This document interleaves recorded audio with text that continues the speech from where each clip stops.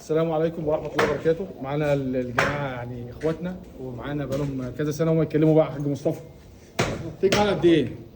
انا بقى كل موسم ايه راي حضرتك في مزرعه ما مكه؟ كنتش حاجه تاني.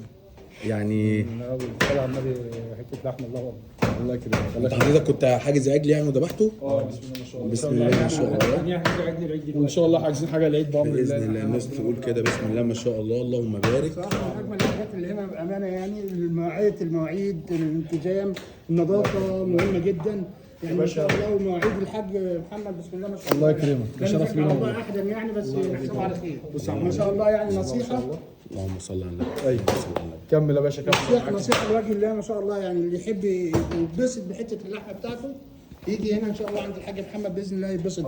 دي شهاده لوجه الله يعني مش الله مش يكرمك. يقل ولا لاي حاجه. وانتوا فوق راسي والله وانستوني ونورتوني والله وربنا يجعلنا عند حسن ظنكم. امين يا رب. شاكرين جدا يا جماعه الله ونورتونا يخليك، في ربنا مزرعه يديمك مكه العافية. وبالف هنا وشفا عليكم ان شاء الله وربنا يجعله في الخير ان شاء الله. شكرا.